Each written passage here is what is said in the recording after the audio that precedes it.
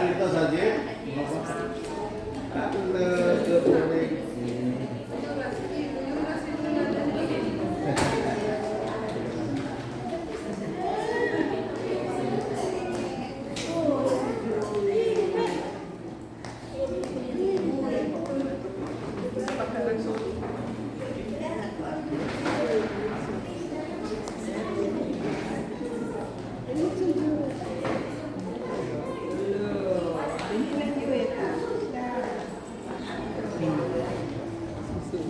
Good morning, Satanan. Good morning. Amen. Day is Sunday. It's the Lord's Day. O, salamat ta may igsoon ng anawa. Doon tayo bisita karong buntag. Niya si Rosette Mara. Amen. And then si Prince Claudio. Amen. Mga bisita ni sila ni Brother Bernard, Sister Sarah, Vice of Family, Sister Evelyn sa Reclusado, taga-Reclusado sila. Amen. Amen. Salamat sa Ginoo. Kami dito ka tarang pudeho kung mag-ampo kita.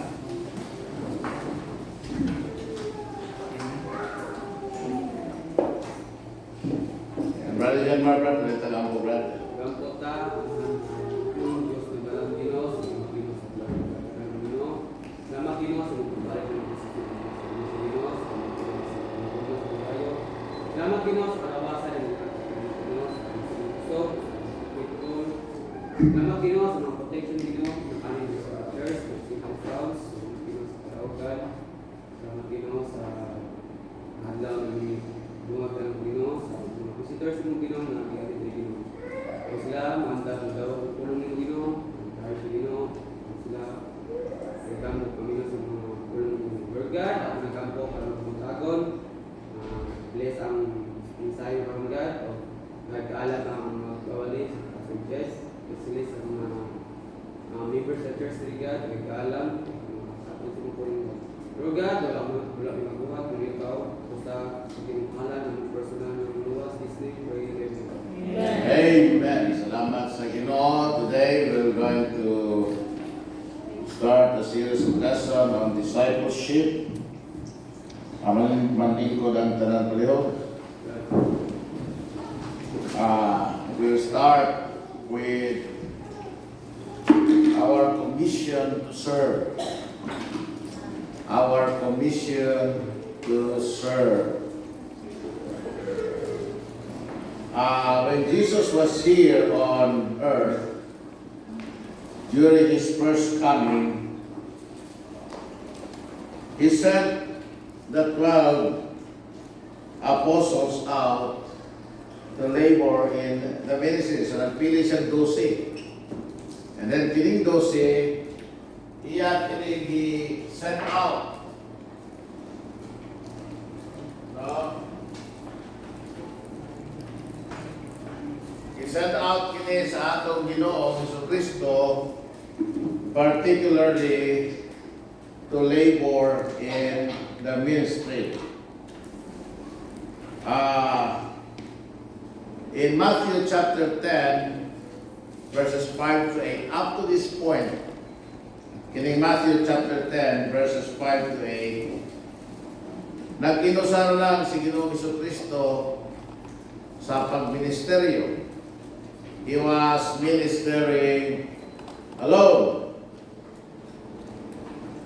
Now, so he chose the 12, and then after choosing the 12,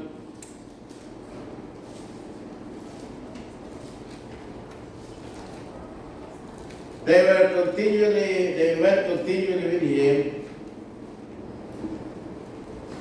but they did not yet. No, bisan kining 12, nagkuyog-kuyog na niya, nagpisitan din, brad.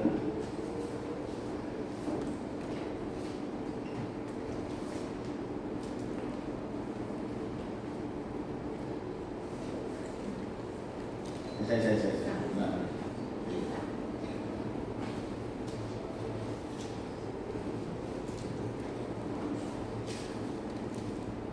So sa diyang nagpili sa 12, although these 12 were already with him, continually with him, they were all observers or recipients of Jesus' ministry. So observers na pa rin sila. Wala pa rin sila gingon na itagaan o mga responsibility sa ministry.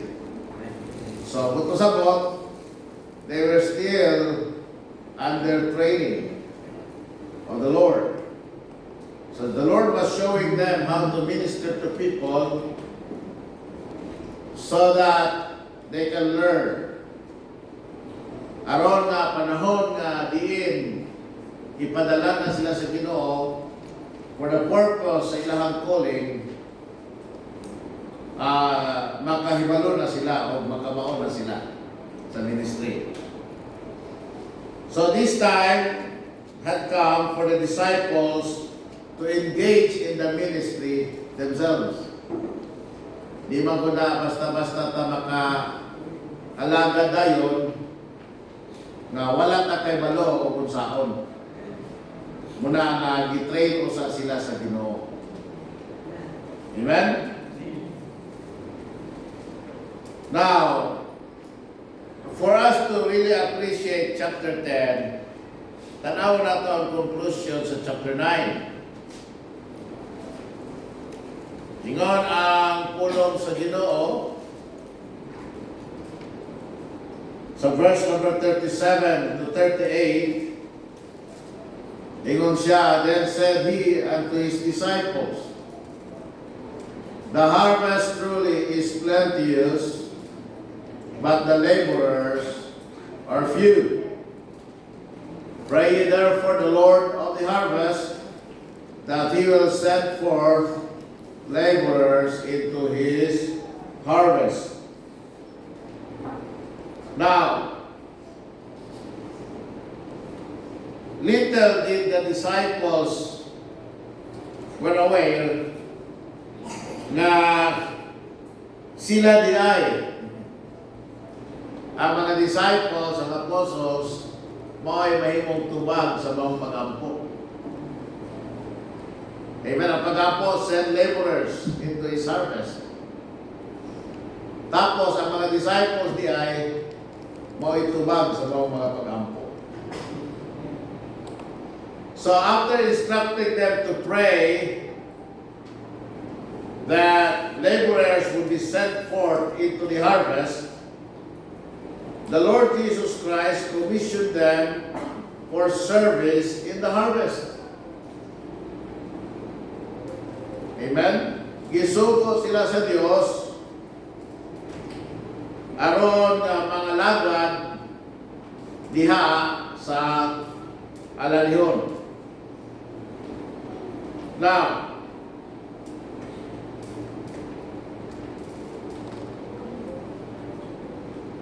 we need to understand and apply the same principles na ato makatulang din sa Matthew chapter 10. Aron nga mahimot ang epektibo in reaching those who need the Lord.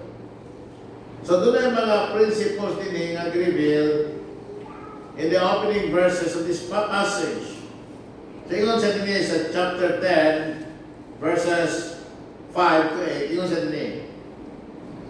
These 12 Jesus sent forth and commanded them, saying, go not into the way of the Gentiles, and into any city of the Samaritans enter ye not, but go rather to the lost sheep of the house of Israel, and as ye go, preach, saying, the kingdom of heaven is at hand. Now, the Bible said that Jesus commanded them. So sa atong point number 1, sa atong lesson this morning, we'll see here a mandate to pursue. A mandate to pursue. So, under that, letter A, the commission. These 12 Jesus sent forth. Amen? Ang 12, iyang ipadala. Now remember, na before sila ipadala ni Jesus Christ, gitrain usa sila sa Ginoo. Wala sila diyan nga, oy, Pedro, kanang Mateo, Juan, Bartolome, come follow me and I will make you fishers of men. Tinood na, pero they are going to become fishers of men. Pero dili diya dayon. Kinahanglan usa silang makakaton. Kinahanglan usa silang makamao. Amen? Dili ingon nga, fishers of men mo, tapos pagkauma, fishers of men dayon sila. Para ba di maluwas ko? Ang maluwas, anak sa Diyos, tapos alagad siya sa Diyos. Pero pagkaluwas niya, dili siya diha dayon, makapangalagad sa Ginoo, kinahanglan usa siya magkaton. Kinahanglan usa siya mutubo sa grasya kay balo ni Ginoo Jesucristo. Amen. Kay kini man kung bunuhaton sa Ginoo, dili man ingon nga intensyon lang, maayong intensyon, maayo ang imong tuyo, nindot ang imong kasing-kasing, gusto kang malagas Ginoo, but you have to pray, you have to be trained in the ways of the Lord. Amen? For example, sa soul winning, kinahanglan makamauusan ka mag-soul winning. Mo present sa gospel, masabtan mo ang gospel, and then ayaw mo mapasabot ng gospel. Right. Amen? Amen. Sa follow-up po, sa baptism, sa pagtubos Kristo ng kinabuhi, kailangan po ka na-train kung saan ng follow-up and pag-train. So, the Bible said that kining 12 had witnessed the miracles that the Lord had performed. O nakadulog sila sa mga mensahe na iyang giwali. And then, kini sila naka-obserbar, giunsa ni Ginoong Jesucristo mag-engage sa ministry on a daily basis. But pasabot, during all those times between sa ilahang pagtawag o hangtod silang pagpadala, Jesus Christ was discipling them. Amen. Jesus Christ nagatudlo kanila. Amen? Amen. Ayaw nyo magtuo na wakay nakatunan sa imong Christian life. Kaya ang tanang ginahimo nato dito sa simbahan, training na para makapangalagad ka sa Ginoo. Amen. Maybe you are not just observing well, or you are not applying unsay imuhang nakita o unsay imuhang nadungog. But all along, the Lord Jesus Christ was discipling these men, preparing them to engage in the ministry themselves. Kay maabot man panahon wala na si Jesus Christ. Kunya, kinahanglan man ang iyang buluhaton magpadayon. Right. Kinsa may padayon, di ba kita na iyang giluwas? Amen. So ang padayon sa ministry, kato mga apostles, mga disciples na nakakaton gikan kaniya.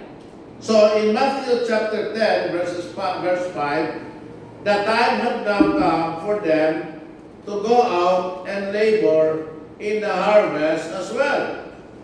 Now, hinumduman na to that the church was given the Great Commission in Matthew chapter number 28, right?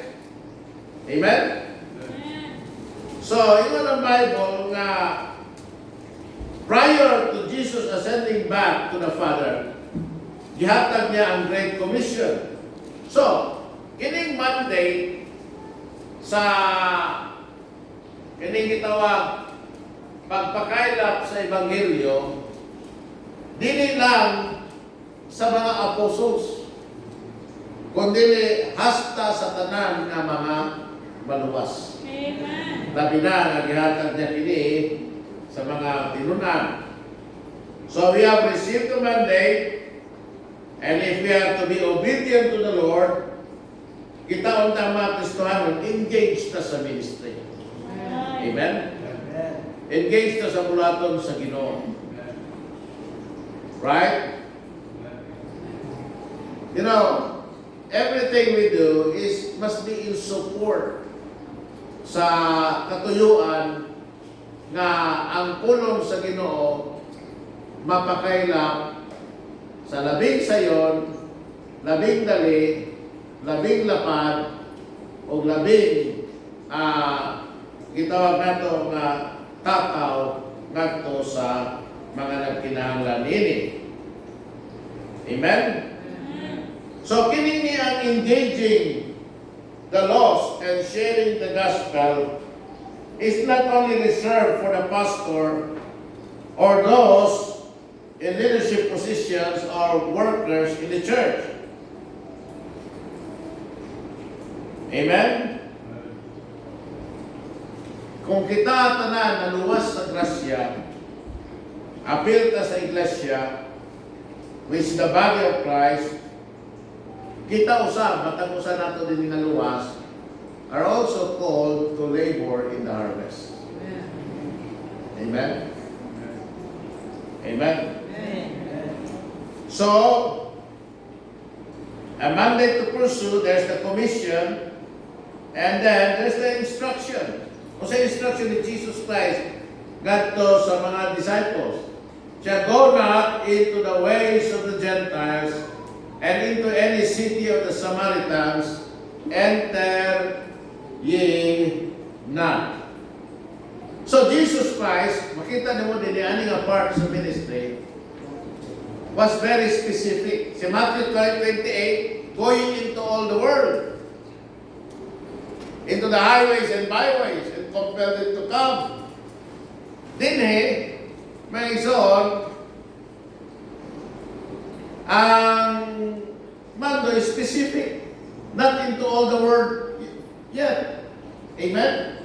Kung dili kadto lang sa lost house of Israel. Go not into the ways of the Gentiles, and into any city of the Samaritans enter ye not. Alright? But sabot, dili sila mato sa areas that were primarily Gentile, or nor yet into the Samaritans. The time would come for this to hear the gospel. But at this moment, ang instruction sa Ginoo is to avoid these people yet. Amen? Amen. So,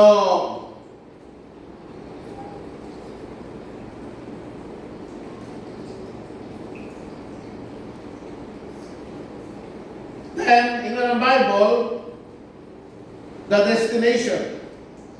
Hindi natin naisikutan, ano gusto sila pagtuon sa Gentiles. But rather, go to the lost sheep of the house of Israel.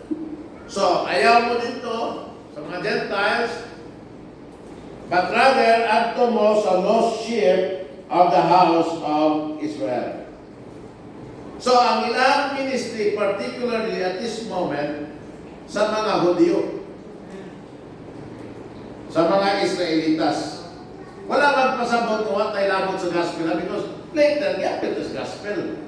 Kaya, mabasa niyo mo sa gospels na there were even Gentiles that were saved during the time of the Lord Jesus Christ. So, the Lord wanted them to focus upon the Jews. Amen? Makita natin later na gitawag sa Ginoo si Paul to minister primarily to the Gentiles. Amen. Later. Now,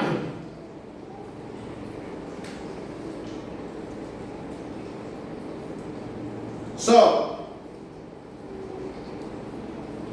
ingon ang Ginoo, ayaw sa mga sa mga Gentiles ha, ayaw sa mga sa mga Samaritans, adto lang usa mo sa mga Hudyo. Amen? Now, kung sa may ilahang mensahe, a message to proclaim.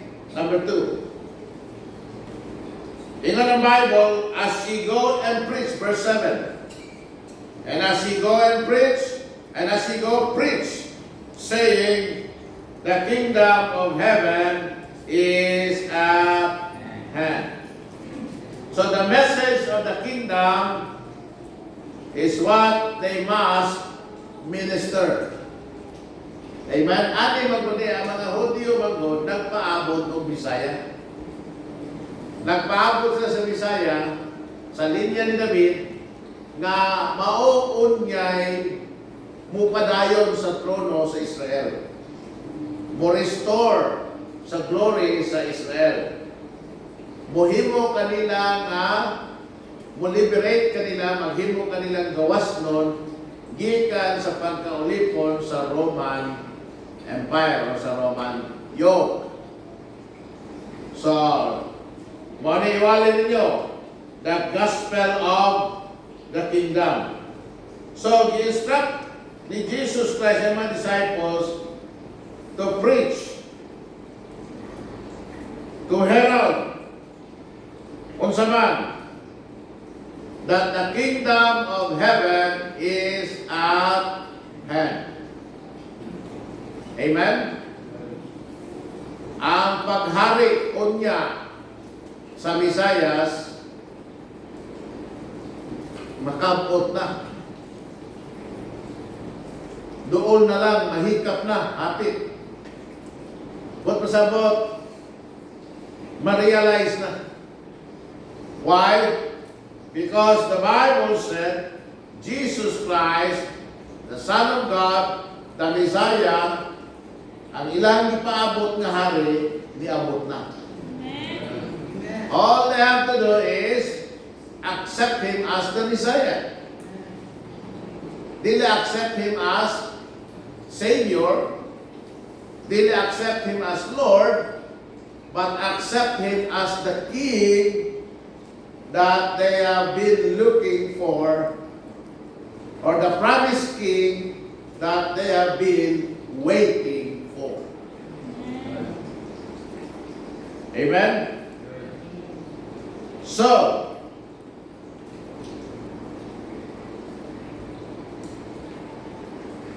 the reality in the Bible, and as you go preach saying the kingdom of heaven is at hand. So the kingdom was at hand. Mauni iyang ingon nga iwali sa specific people, sa mga Hudyo. Now, the Gentiles are not waiting for the Messiah. Di ba? They are not waiting for a king. But the Jews were. Amen? Mabitan in the Bible, for the king, for the gospel is the power of God unto salvation to the Jew first, and also to the Greek. Amen? And also to the Gentiles. So, the gospel of the kingdom. And then yun ang Ginoo nga you must, your message must be with urgency. Inag said the gospel of the kingdom, or the kingdom of heaven is at hand. Christ had come, naana siya sa ilang naniwala, and the time to receive Him as their Messiah had come. Di na sila kinahanglan mangita paglain. Di na kinahanglan sila mag-expect paglain. Di na kinahanglan sila magsige paglantaw, magsige paglaom. The Messiah is already with them. The Emmanuel, God with us, is already with them. Naana siya. They have no need to look for another. Christ had come. So they must preach with urgency. Encourage people to respond to their message. There was no time to waste. The hearers must respond to the message and believe that Jesus Christ was the Messiah. Now sa atong panahon, mga igsoon, Jesus Christ was rejected by the Jews as their Messiah. That's why they crucified Him. Mauna ang gilansan nila siya sa krus. Kaya wala nila siya dawata. Amen? So Jesus Christ died, was buried, but on the third day, He rose again. Amen. Iyan ipakita niya pagalingon sa iyang mga disciples, and then, before going back to heaven, yahatag niya ang Great Commission. This time, iwali. Amen? Ang maayong balita. Amen. Preach the gospel to every creature.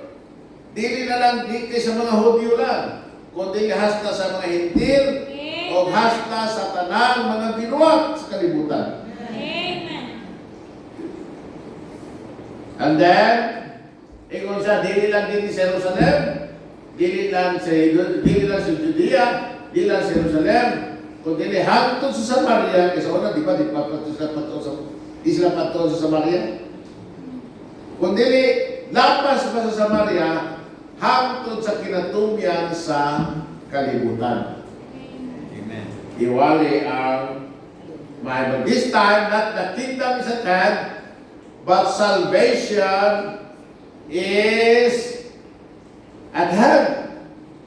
Ang kaluwasan, maimo, maangkon. Ang kaluwasan sa kanan. Amen? Ha? Ang kaluwasan sa kanan. Now, the Jews were waiting for a literal kingdom. It did not come because they rejected Jesus Christ. Karon ang Ginoo is offering a spiritual kingdom. And whosoever believeth in Him shall be saved. And then mahisakop sa maong gingharian. Amen? The kingdom of God. Salamat sa Ginoo mingsoon that was made available to the Lord Jesus Christ. So ang atong gihimo karon is on the same with them. Dili lang sa mga Hudyo, kundi sa tanan. And then we preach with urgency. Kinahanglan kang mudawat ni Jesus Christ. Maghinulsol ka sa imong kasalanan karon. Mangayo kang pasaylo. Amen? Mutalikod ka sa imong pagkamakasasala. Musalig ka ni Ginoong Kristo. Kay mo ang bugtong at personal na manluluwas. Saligan ni mo nga siya nagbayad sa imong kasalanan. Ikaw maluwas.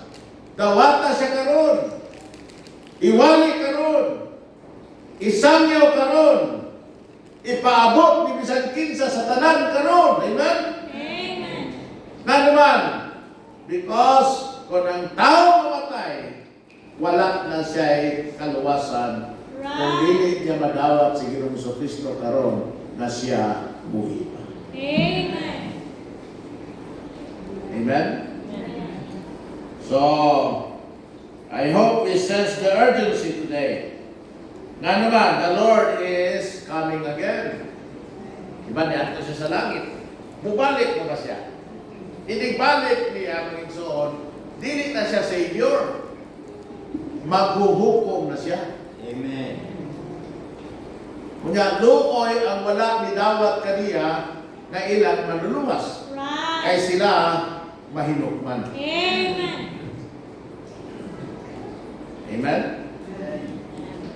So, we must sense the urgency today. Hapit ng rapture. So, before ang second coming of Jesus Christ, before na siya bodily mo set foot sa Mount of Olives, mag-rapture siya, right? Amen. Amen? Mag-rapture siya. Kuhaon ang mga iya kay Kristo. Ang nangamatay na iya ni Kristo, kunya kita nga mga buhi nga iya kay Kristo, walay maguna nato, magdungan kita. Amen? Nagkawon ta sa Ginoo ngadto sa kahanginan, tagbuon ta niya, tapos dadon ta niya kung asa siya tua usab kita. Amen. Dayon, human sa 7 years tribulation, mubalik si Jesus Christ.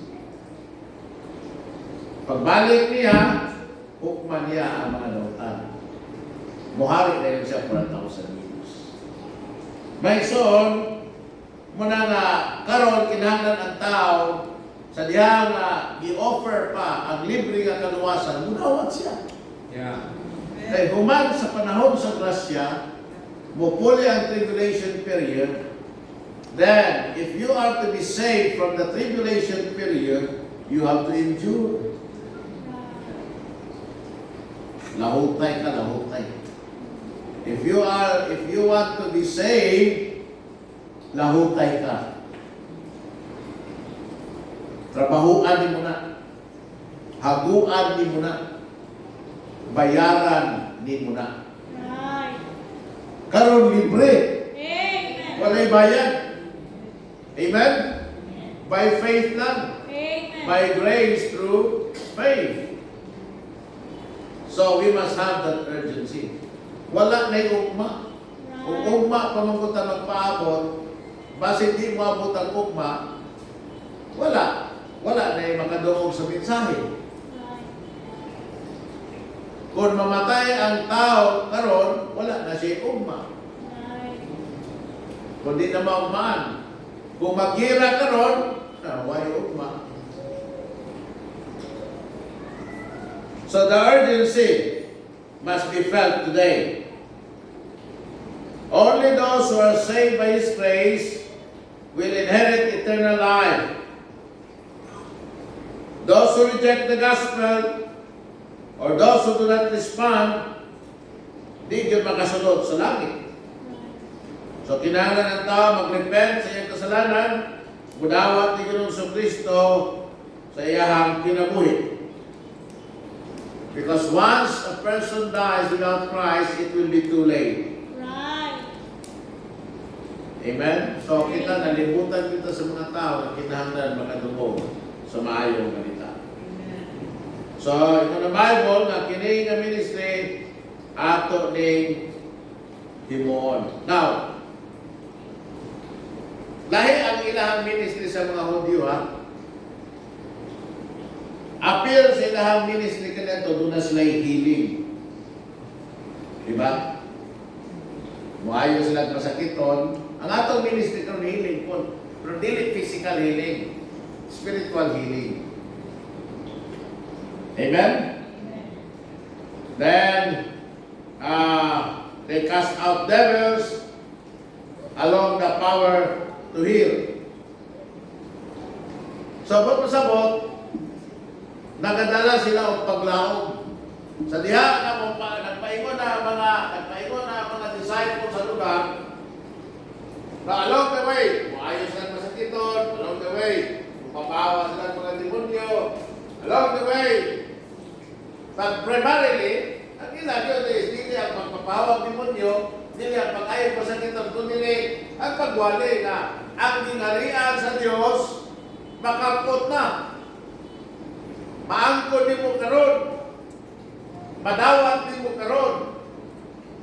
But imo makita na when they go, after the Lord commissioned them and empowered them, bringing with them the message, ang mga tao na makakita, makadungog kanila, unya nakakita usab sa resulta silang ministry, nakabaton o paglaok.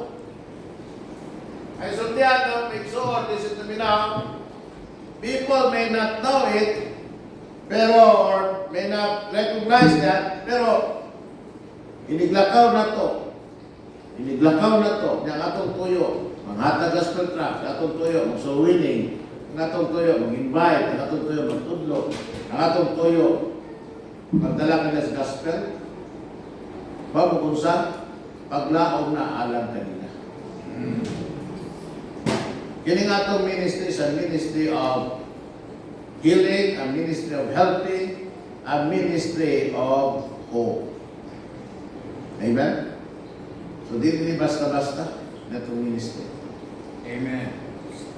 And then, yun ang Bible, they must perform that ministry in humility. Because si Jesus Christ sa verse 8, heal the sick, cleanse the lepers, raise the dead. Liman ka na, raise the dead.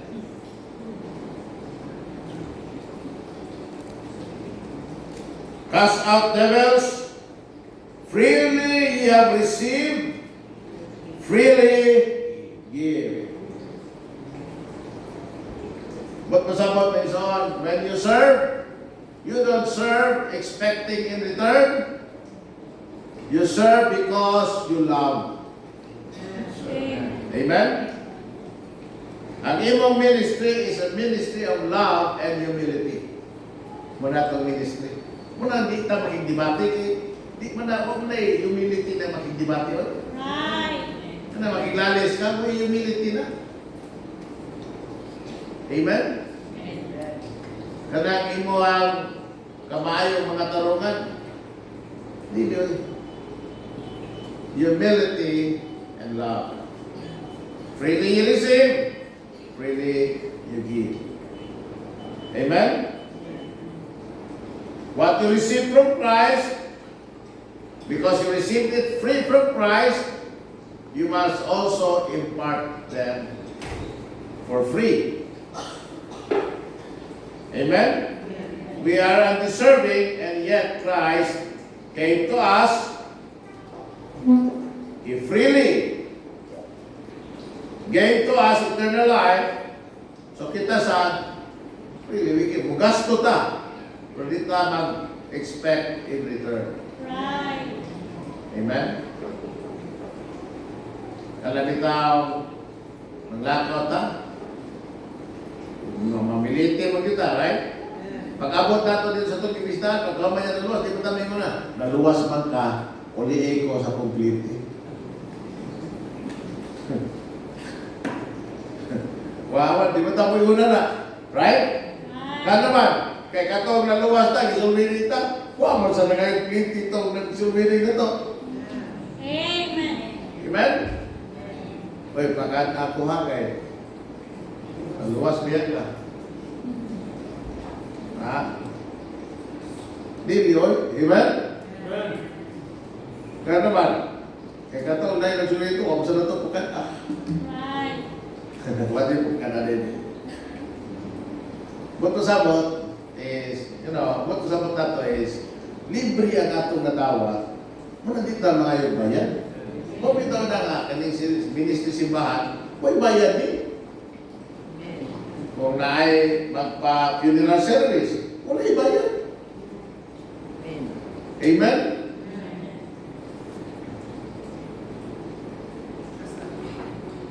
Kanang mananaptan, ano yung bayan, no? Right.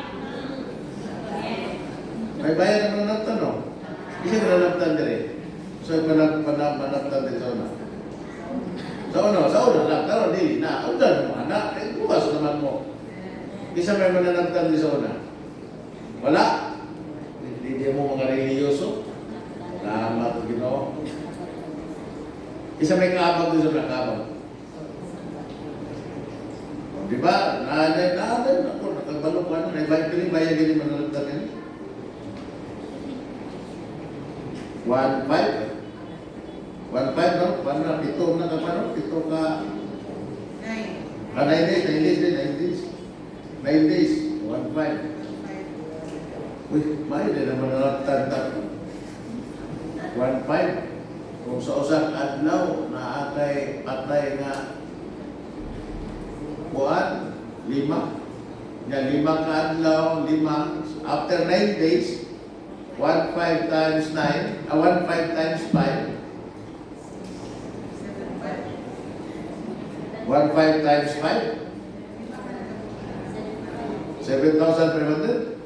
9 days lang na.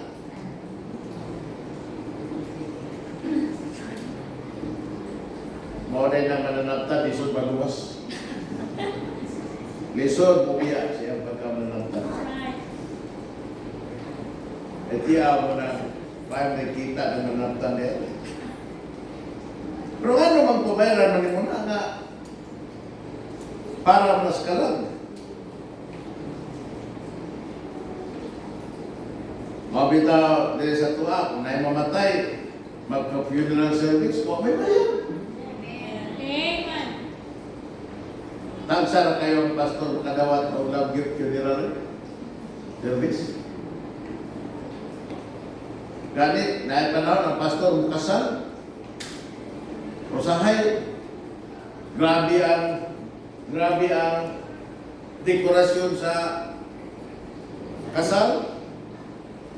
Ang gasto sa kasal, grabe, pero wag ang pastor malimtan yung lagi. Mabitaw na panay kasulod sa ito, ako yung pahirong ka ba ng kasulod ng hoy. Ay, basta malimot mo sa love sa mga kasal ha. Kaya ikaw yung nag-love gift ng mga kasal yun. Amen? Amen. Wala ba naman ayo?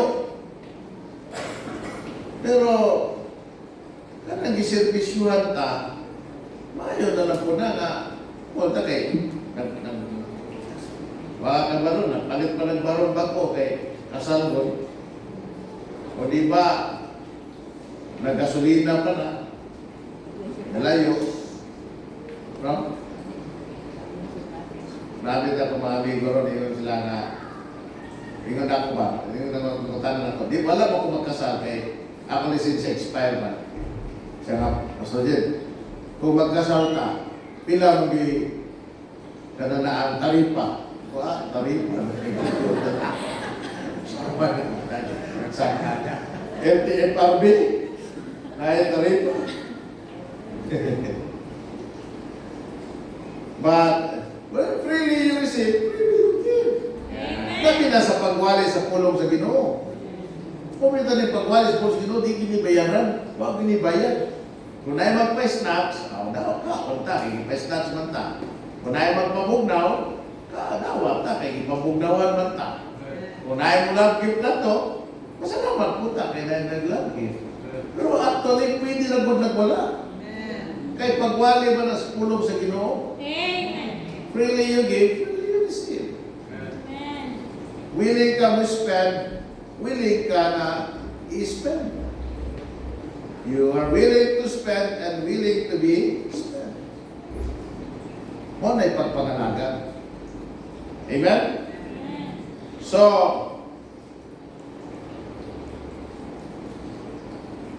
there is a mandate to pursue.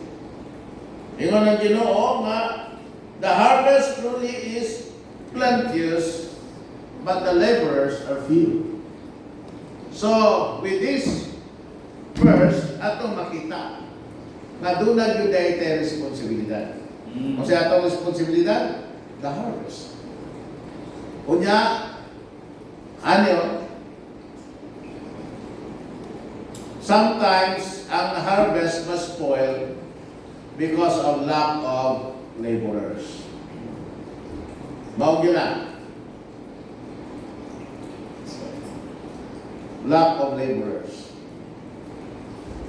Inaot pa nga mahimutan kabahin sa labor. Amen? Mahimutan kabahin sa mga ngani. Kay kining ni ang sugo sa Ginoo apil ta ani. Kitang tanan apil. Amen? Amen. So, manito kita ng paliw. Amahan nga langit no, Diyos nga balaan Ginoo, salamat Lord. Ikapuntagon, salamat Ginoo sa kayo. I pray now God Lord, ikaw Ginoo, padayon mong gigubat ka na mo, ikaw naman Ginoo Lord God. na mo kasing-kasing Ginoo Lord, mahiusa Ginoo Lord, sa kamatuoran nga kami Ginoo Lord, mga commissions, believers to become laborers in the harvest. Daghang kalag niyo Ginoo Lord. Daghang usab kalag nga usik na tungod kay daghan silang wala nabot tungod sa kadyutay sa mga laborers. Nakatamahan Ginoo nga mahi patik sa mga unahuna sa mga kasing-kasing Ginoo ka. Na we may be the answer to a prayer for someone to get saved and use us with it. In Jesus' name, amen. Amen. Bless you. Let us break 5 minutes after the break. Let us all come again.